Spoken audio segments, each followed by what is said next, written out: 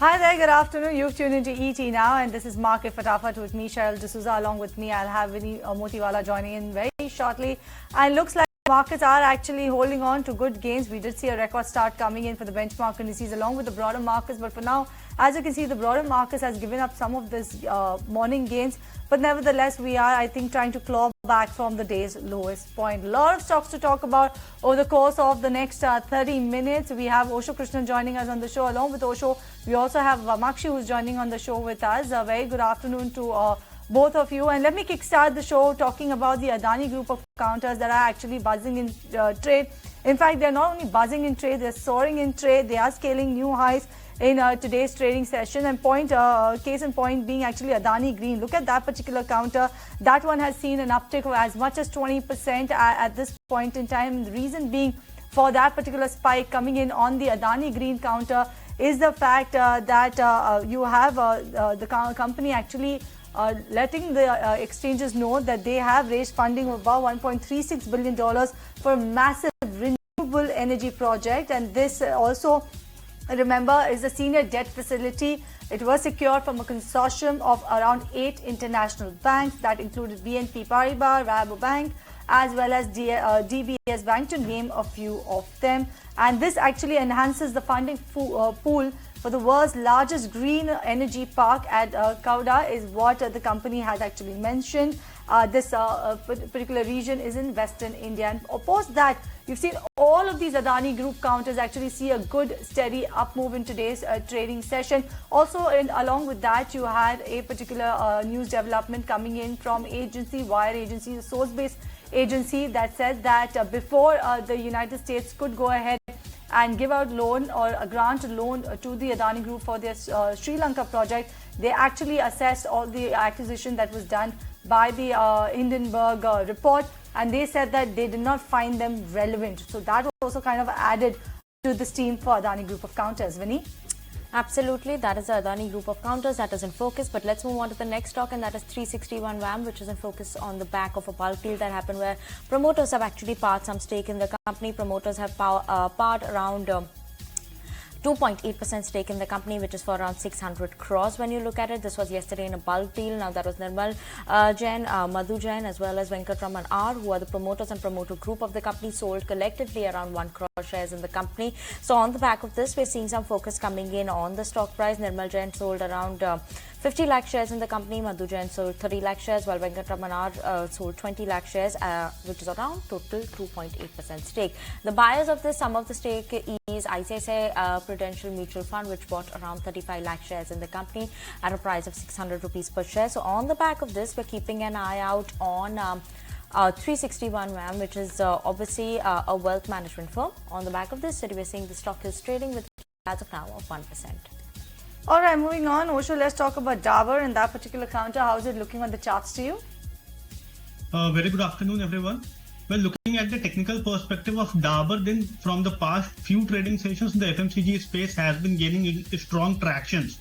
And when I'm talking about DARB, so it has gained traction from the zone of 520 odd levels, and now currently it is hovering above the 200-day SMA on the daily time frame, which is a very positive development on the technical parameters. So from here onwards, one can expect the rally to continue because it is a kind of a reversal pattern that can be seen in DARB. So from here onwards, one can expect 570 and 575 on immediate basis, and even after that, we are targeting approximately 590 levels for DARB in short-term period only. So overall, it is looking very positive, and one should remain a very stock-specific front because the low-hanging stocks have already been moved out. So we are basically targeting those counters which are still having potential to give a very strong up move from here onwards also. Right. Keeping an eye out on DARB and these levels over there. Let's move on. Mamakshi, talk about HCC as well. This one is focused on the back of an order win, I believe. Well, Winnie, not on the back of an order win, but HCC is in focus on the back of a couple of factors. The company's shares are trading higher after the company agreed to sell its Switzerland-based step-down subsidiary Steiner Construction SA to Francis de Matthew Bard for about 928 odd crores. Now this is as per an exchange filing that was done by the company. The share purchase agreement was signed by the unit and the deal is likely to be completed by early 2024. Apart from that, there was also an update on the sale of stake in Baharampur Faraka Highways, which is another subsidiary of the company, and the company's unit, which is HCC Infrastructure Company, has received 110 crores as an earn-out money from Cube Highways Infrastructure Limited. So largely on the back of those two news flows, we have HCC, that is Hindustan Construction Company, in focus today. As of now, the stock is surging higher by almost over 5%. All right, moving on, let's talk about white goods space, and Havells is the counter. Osho, how is this one looking on the charts to you? See, Havells have seen a very decent correction from the zone of 1420 towards the 1200 odd levels. But what is witnessing, or what is eye-catching in Havells, is that it is forming a base and it is also forming a cup and handle pattern on the daily time frame. So from here onwards, one can expect a very strong target of 1360 followed by 1380 in the near period, and overall, as it has moved beyond the 200-day SMA in the recent period, so we are expecting that the upward movement will be gradual, but one can definitely try to gauge the momentum from the recent pricing. From risk reward ratio also, it is at a very lucrative levels, so one should definitely try to accumulate at current levels. Okay, can look to accumulate Havells at current levels. That's the word coming in from Osho. Let's move on, talk about CAMS. This one is in focus after we've seen that promoter entity of CAMS has sold around 19.8% stake, which is around 2,700 crore block deal yesterday. Great Terrain Investments, which is an affiliate of Warburg Pincus, has sold and offloaded 97.5 lakh shares of the company. And this was yesterday in a block deal. Now they sold this, so overall 2,700 crores. And some of the buyers that we saw coming in of this stake were, some of the names that we saw coming in was something like UTI, then we have Kotak Mahindra, Sundaram Fund, BNP Paribas, as well as Birla Sun Life, Morgan Stanley are some of the names that came in terms of the buyers of the company as well. So interesting to watch out for how this further moves on going forward as well. But as of now, promoter entity surely parts some bit of stake. Interesting investors who have entered this as well yesterday in a block deal.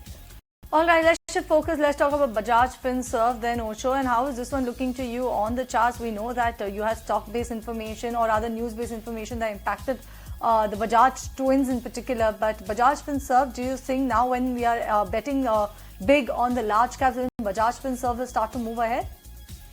Definitely, if we will be watching for the weekly time frame chart of Bajaj Finserv, then it is forming a very strong base formation near the 1650 odd levels. And in the recent period, as we have seen a breakout from the zone of 1650, a sustainable or decisive approach or buying in this counter will definitely attract buyers in the coming period, and from here onwards one can expect 1850 on the short term time frame. So from here onwards, for short term, 1850 is the target. Even after that, one can expect 2000 levels to be tested in this counter in a very short to medium term time frame. So overall, it is also looking very lucrative, and one should try to accumulate this counter even at current levels or some dip towards 1650 odd levels. All right, let's shift focus then, and it's a day of mega block deals actually. You had a slew of block deals take place earlier on and also a short while ago. First up, let's talk about Shriram Properties. It's actually seen a downtick post a 9.9% equity block deal. Remember, all of these block deals, we have no information of the seller or the buyer as yet, but come evening, you'll have some clarity emerge on that particular front. Honasa Consumer, I beg your pardon, that particular counter also saw a sharp uptick after a 2% equity block deal, but for now it's reversed all of those gains. It's seeing a downtick of approximately 3%. You had ICICI Prudential, which saw a block deal of about 0.8% equity actually take place over course of three bunch deals. Apart from that, you had Orient Green that saw a block deal about 1.8% equity. Swan Energy saw a block deal of about 4.2% equity. And add to that list, Sapphire Foods that actually saw a block short while ago, 3.9% equity actually changed hands for Sapphire Foods. So a day of mega block deals coming in. We will get the data or details of that by evening or so. Okay, surely keeping an eye out on those details coming in for all those block deals this evening. But let's move on, talk about Indian hotels then. And Osho, on the charts, what's the view coming in for Indian hotels? Where do you see it headed from here on? See, the overall trajectory for Indian hotel is obviously very bullish. It is hovering in the cycle of higher highs, higher lows, and continuously it is hovering just above the 21-day exponential moving average also. So overall technical parameters are looking very robust in this counter, and currently it is hovering at 52 weeks high also. So we are expecting that, looking at the overall technical setup and the follow-on festive season going on, we are expecting that it should test 465 on the very short-term time frame, and even after that it has the potential to reach even higher levels. But as of now, 465 target that we are looking for in Indian hotels. All right, moving on. Then let's talk about DCB Bank. Then Vamakshi, why is this one in the spotlight? Well, Cheryl, the stock is gaining in the trading session today, and that is because promoter Aga Khan Fund for Economic Development has proposed to invest as much as $10 million by subscribing to additional shares of the bank. Now, they are seeking to infuse capital in the bank in order to strengthen the bank's balance sheet, that is the capital position, as well as support its growth plans. The bank's board meet is scheduled to happen on December 8th in order to consider and evaluate the proposal that has come in from the promoter Aga Khan Fund. Now, keep in mind that the bank already has a capital efficient business model. As on September 30th, the capital adequacy ratio without including the corresponding half-year net profit was already at 16.55%. So given the proposed fund infusion of almost $10 million by the promoter, we have DCB Bank in focus. As of now, the stock is up nearly 3%. Okay, that was DCB Bank and stock number 10 for today. But, ET Now and ET Now Swadesh, in line with helping Indians rise with India, have partnered with Sundaram Mutual to launch Nivesh Day, a groundbreaking campaign to help viewers build their personal finance portfolio through regular and disciplined investing. And it's Nivesh Day, which will be celebrated on the 5th of every month. Join ET Now Swadesh and Sundaram Mutual to learn how you can build your financial future with an SIP in mutual funds. On that note, we're going to slip into a very short break. Viewers, don't go anywhere. We'll be back with more stocks after this break.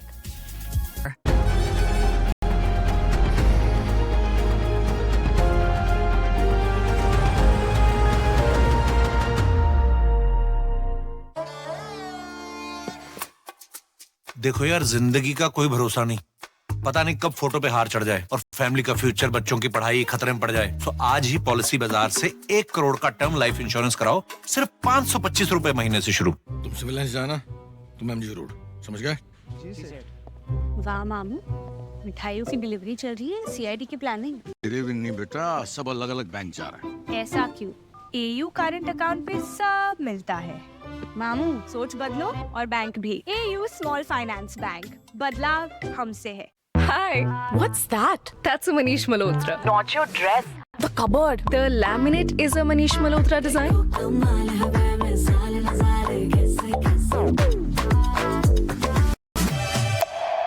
Century Laminates by Manish Malhotra. Fashion for your furniture. Live it up, live it up.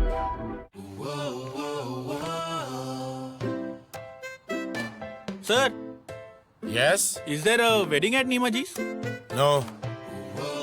Any festival? No. So, what is all the celebration for? Tuesday. Mangalwar. Those who are financially secure enjoy a happier life. So keep growing your happiness. Keep investing. Bandhan Mutual Fund. Badhte raho. Mutual fund investments are subject to market risks. Read all scheme-related documents carefully.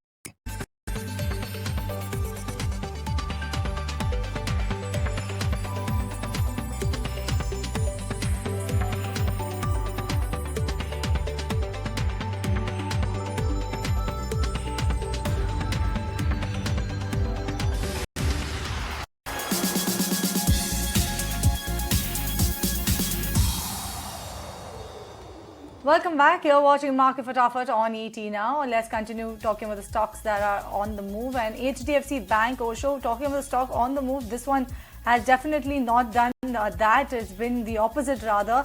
When do you think HDFC Bank will start to move now? See, being the one of the most heavyweight companies in the Indian stock market, it is not expected to have a very aggressive approach. But if we will be looking on the technical perspective, then it has recouped from the very strong support of 1500 in a very decisive manner. And from here onwards, one can expect 1680 to 1700 as the immediate target in HDFC Bank. And from there onwards, one can expect a gradual up move or the primary uptrend to continue in HDFC Bank. So overall, it is one of a very crucial time to invest in this counter for those who have missed the previous rally. For those people, it is very much inclined towards the very good pricing, well pricing, and from here onwards, one can expect a decent and gradual up move in the coming period. So overall, it is looking very promising and it is hovering above all the exponential moving average on the technical parameters. Okay, keep an eye out on those levels for HDFC Bank. Let's move on and talk about M&M Financials. This one is in focus after it came out with its November business update. When you look at it, loan traction seemed a tad bit slower, while in terms of the asset quality was quite range bound as well. So sluggishness was seen in the November business update that came in from the company. Disbursements grew on a soft base due to the absence of festive season benefit in November 2022. October and November 2023 cumulative disbursements grew by 8% YOY. This is a slowdown from 13% YOY disbursement growth that we had seen in Q2 FY24. Also, when you look at it, the reported AUM growth was moderated to 26% YOY from 30% in the month of October 2023.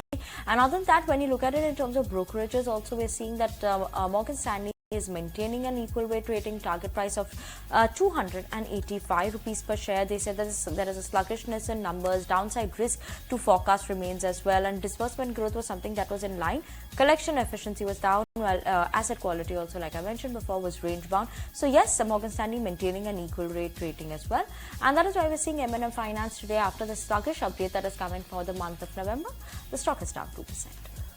Alright, Osho, let's talk about Jindal Stainless then. This one, if you look at 6 month, 1 month, YTD, all of them spectacular performance coming in from that particular counter. But do you think that this performance will sustain going ahead, given the fact the stock has already seen a good run up? See, overall, the stock, as you have mentioned, has already seen a very strong run up on the higher end. But what we are observing from the past 3 or 4 months, that it has been into a time-wise and price-wise correction phase. So from here onwards, if it sustains above the zone of 545 to be very precise, if it sustains above 545, then from there onwards, one can expect another rally of 40 odd points from that level. So one should definitely keep this counter in their watch list, so that if there will be any sustenance above 545, one can definitely look for 10% of up rally in JSL. Alright, let's move on and let's talk about another Adani Group counter, and that is Uja Cement. That one was also soaring in today's trading session. It's hit an over 10-month high in today's trading session as well. The stock at one point in time was trading higher by about 7.6%, and it is actually gaining for a 6th consecutive session, which is the longest winning streak coming in for the counter since July end. The company has said that it's completed the acquisition of Sanghi Industries at an enterprise value of around 5,185 crore rupees. They said the deal will expand Uja Cement's consolidated capacity to about 74.6 million metric ton per annum from about 68.5 MTPA. They've also raised the offer price coming in for Sanghi Industry as well. The offer for per share, as well as you have Sanghi Industries that's now come out with a statement saying that they've completed this transaction as well. So on back of this news, you can see both Uja Cement and Sanghi Industries seeing good gains. Okay, keeping an eye on both the stocks, but those were the last stocks for today on Market Fatafat. So thank you so much, Osho, Vamakshi, for joining in with us and giving us the stocks that one are keeping on their radar as well. But, as we wind down this edition of Market Fatafat, we have a very exclusive and interesting chat that my colleague Anurag Shah actually had with the New India Assurance CMD, Neerja Kapoor, and who's talking about the product pipeline that they have, the launch pipeline that is there, the growth roadmap for the company going forward as well. Remember, insurance sector has been buzzing in trade, especially of late as well. So let's go across and listen into this exclusive chat that we have. A lot of things happening on different fronts. For instance, we are gearing up for RC and for implementation of IFRS. Plus, we are in the process of recruiting a lot of new specialists into our organization, various chartered accountants, engineers, automobile engineers, doctors, etc., who will help in the company's growth and claim settlement process. Plus, we're taking a lot of new initiatives and coming out with a lot of new products and improvements in our existing products, be it health or motor or miscellaneous products. So, a lot of new things happening in various fronts across. A lot of new things happening on various fronts, and we have seen a rally in New India stock price in last 1 month. So just want to understand, ma'am, what are the efforts you are taking to improve your combined ratio? Yes, in the first half of this year, we have seen an impact on our ICR actually going up, though our intention was, to improve on the ICR. Claim ratio, but we are seeing that there have been a huge number of catastrophic claims occurring in the country. For instance, we started with the cyclone Biparjoy, and then there were the catastrophic losses in North India, then the Sikkim losses, and now we are seeing in Chennai there's a cyclone which is ongoing there. So this has resulted in an increase in the number of claims in property that we are seeing. And simultaneously, we are also seeing a slight increase in our expenses of management, as well as in our because of the increased commissions and rewards that we are paying.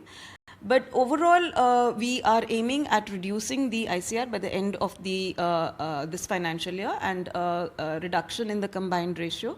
The target is to reduce it by about 5 basis points compared to last year, and we are taking steps in this direction by not just price correction in various like motor and health, but we are also doing a lot more work in claims control and improving our claim settlement, fraud control, and various other aspects which will help in the claims to perform better by the end of this financial year.